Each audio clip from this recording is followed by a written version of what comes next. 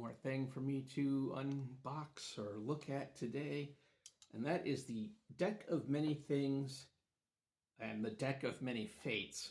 This is not from the big company. This is from, I think, a company called, yes, Stratagem, I believe is what they're called. And this looked interesting to me. It's something that I've been eyeing up for, I think, a couple of years now.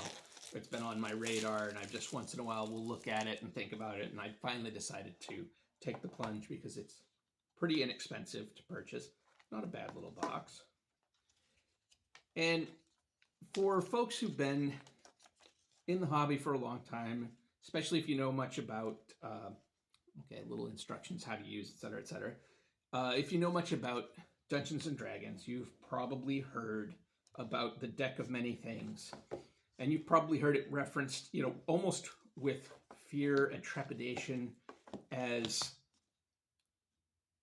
here we have, so it's a little holding case for these with a little description on the inside. Boy, is that going to show up? I got a lot of glare.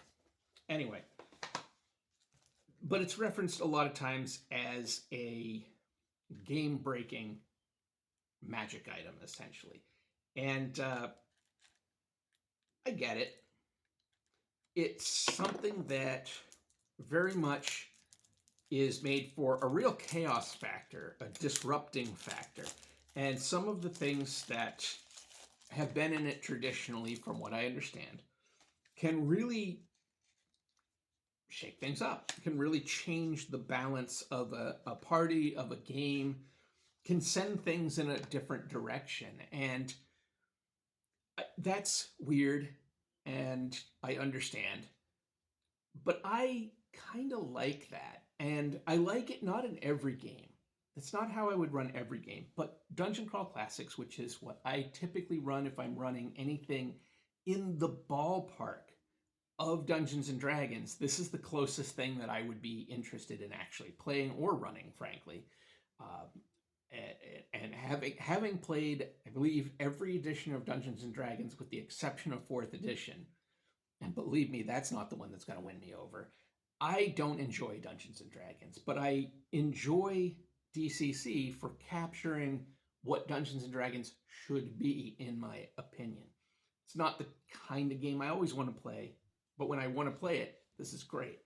And so I like the chaos factor when I'm running the game. I was very happy to give I think, first level character a real crazy magic item. And I think by the end of that scenario, unfortunately the game ended, but in the last moments of the game, there were sort of revelations that character, who was a halfling, was essentially my take on Michael Moorcock's Eternal Champion. And he came back into the realm with all the stuff. He's only first level, but he had game-breaking magic powers. And it was, I thought, a ton of fun. And I was excited to see where that was going to go. But that's part of the charm of this game. Anyway, what are these cards? So here's an example. This is Balance. I think it's going to show up on here. And it says, let's see, your mind suffers a wrenching alteration, causing your alignment to change. Lawful becomes chaotic, good becomes evil, vice versa. Okay, cool. That could be an interesting thing to have happen to a character. Now, DCC has law, chaos, and neutrality, or I would call it balance, but I think it's neutral in there. And that could be a fun twist. I'm just going to read a couple of these. Comment.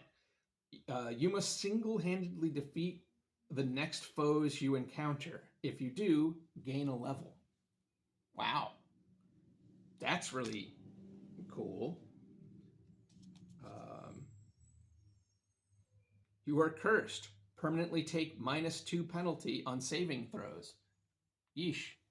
So I don't know that all of these, I don't know that all of these will translate directly to Dungeon Crawl Classics, which means either if I were going to present this to my group, I might have to pull some cards, or I might simply have an interpretation of that card ready. And so I'll look through these cards, and we have the Void. It's got some cool artwork on it too. I think that showed up. I don't know if I showed this one or not. It did show it. See, your soul is ripped from your body and contained in an object. The object and its location chosen by the DM. You cannot be restored to your body without the object. Oh, that's essentially sending the campaign in an interesting new direction. That could be fun. Yeah. Anyhow, all right. So that's some of these. But yeah, I might take a couple out, or I might have interpretations ready to go. Now, the Deck of Many Fates, I did not look at, or I don't really know much of anything about. That was, as far as I know, original to this. I don't know if there is a Deck of Many Fates in D&D. I have no idea. I'm not super well versed in a lot of the lore, which is odd because I watch a lot more of the lore videos for the game than you would think for somebody who doesn't play it at all. But I enjoy, like AJ Pickett and some of the other folks. It's the same with, I like lore. And it's why I'll watch Skyrim lore videos or Elden Ring lore videos or Warhammer 40k lore videos. I used to play 40k, but I've never played Skyrim. I've never played Elden Ring. I'm never going to play Elden Ring, but I like lore. So let's see.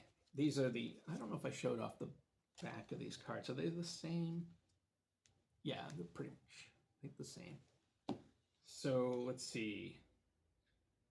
For Aperture, an interdimensional portal appears leading to any one place of your choosing. It remains open for 1 hour. Wow.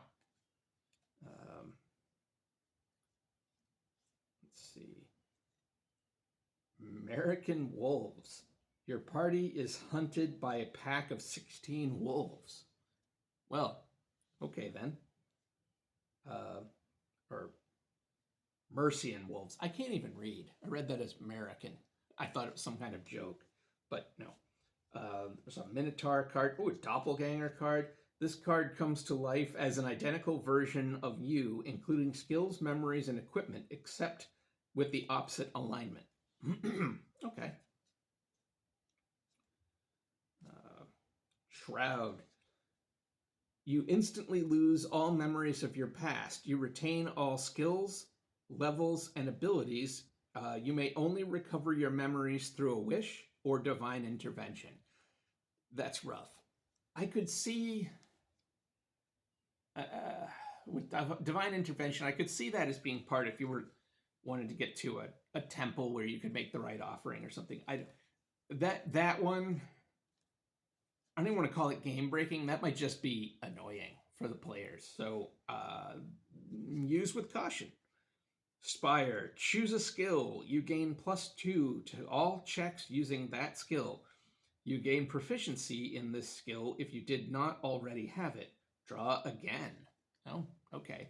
So that's something that would need a little work to go into DCC, but I'm sure you could do something with it. So, all right. Well, anyway, that's a handful of those. That's the Deck of Many Fates. And then there was the Deck of Many Things.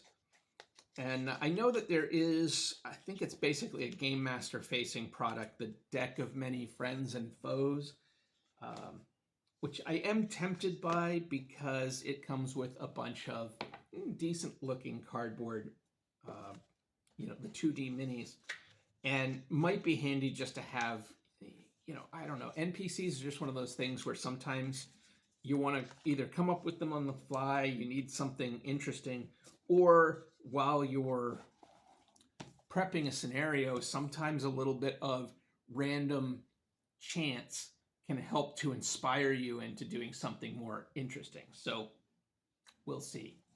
But yeah, I thought I'd take a look. I don't think I'd really seen anything online, and I was a little frustrated with how I couldn't really quite find out what these were. And I am glad to say that it looks like they will be useful, at least mostly useful for me in a DCC game. And cool. I'm excited. hoping that the game I have a session planned for time of recording this coming up weekend, time of you viewing it probably a month and a half ago. And if all goes well, I'm really hoping that it will be a at least somewhat ongoing game. And having some stuff like this, I think, is going to be a fun way to make it, strange. And if there's anything I want my Dungeon Crawl Classics game to be, it's strange. So, great. If you enjoyed this at all, if you are interested in the stuff that I do on this channel at all and what I run my mouth about ad nauseum, then please do like and subscribe. If you want to help me out in any way, you can always check out my Patreon. You can check out my author page on Amazon. It's all in the links below. If for some reason you thought, boy, I'd love to see what Matt thinks about blah, blah, blah, you can take a look at my wish list and send something my way, and I will record a video about it. So, and I will be very thankful to you because, I ain't made of money, but I do like a bargain. So that's it for me today. I will see you in whatever the next video happens to be. As I'm recording this, I do not know what that might be. So take care.